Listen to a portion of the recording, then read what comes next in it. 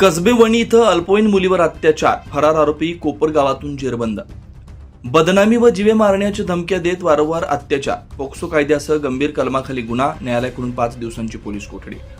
दिंडोरी तालुक्यातील कसबे वणी परिसरात अल्पवयीन मुलीवर अत्याचार केल्याच्या गंभीर प्रकरणातील फरार आरोपीला पोलिसांनी कोपरगाव जिल्हा अहिल्यानगर येथून अटक केली. या घटनेमुळे परिसरात मोठी खळबळ उडालेली होती. या प्रकरणी वणी पोलीस ठाण्यात गुन्हा रजिस्टर क्रमांक 43/26 नुसार भारतीय न्याय संहिता कलम 64, 65, 1, 115, 2, 352, 351, 2, 3 तसेच पॉक्सो कायदा 2012 चे कलम 4, 6, 8, 10, 12 अंतर्गत गुन्हा दाखल करण्यात आला. पोलिसांनी दिलेल्या माहितीनुसार दानिश रईस शेख व 21 राहणार संस्कृतीनगर कसबे वणी तालुका दिंडोरी जिल्हा नाशिक यानं अल्पवयीन मुलीवर अत्याचार केला. तसेच पीडितेला वारंवार बदनामी करण्याची व तिच्या कुटुंबियांना जीवे मारण्याची धमकी दिली होती. गुन्हा उघडकीस आल्यानंतर आरोपी फरार झाला होता. आरोपीचा शोध घेण्यासाठी वरिष्ठांच्या मार्गदर्शनाखाली स्थानिक गुन्हे शाखा, वणी पोलीस ठाणे आणि अभुना पोलीस ठाण्याची पथकं विविध ठिकाणी रवाना करण्यात आली होती. तपासादरम्यान आरोपीचे नातेवाईक व मित्रपरिवाराकडे सखोल चौकशी करण्यात आली. त्यातून मिळालेल्या गोपनीय माहितीच्या आधारे आरोपी कोपरगाव जिल्हा अहिल्यानगर परिसरात लपून बसल्याची खात्रीशीर माहिती पोलिसांना मिळाली.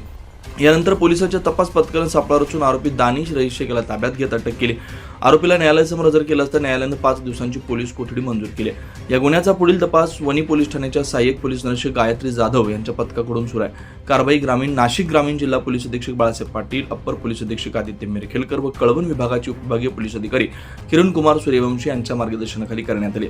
या तपास पथकात स्थानिक गुन्हे शाखेचे पोलीस निरीक्षक रवींद्र मगर, वणी पोलीस ठाण्याच्या सहाय्यक पोलीस निरीक्षक गायत्री जाधव, अभुना पोलीस ठाण्याच्या सहाय्यक पोलीस निरीक्षक योगिता कोकाटे, पोलीस उपनिरीक्षक कुटे, पोलीस अंमलदार माधव साळे, धनंजय शिलावटे, प्रीतम लोखंडे, निलेश सावकार, सहाय्यक पोलीस उपनिरीक्षक जाडर, महिला पोलीस हवालदार मीरा गावित, पोलीस हवालदार कराड, पोलीस कॉन्स्टेबल चौरे आहेर, हेमंत गिलबिले, पोलीस नाईक प्रदीप बहिरम, नितीन गांगुर्डे आदींचा समावेश होता.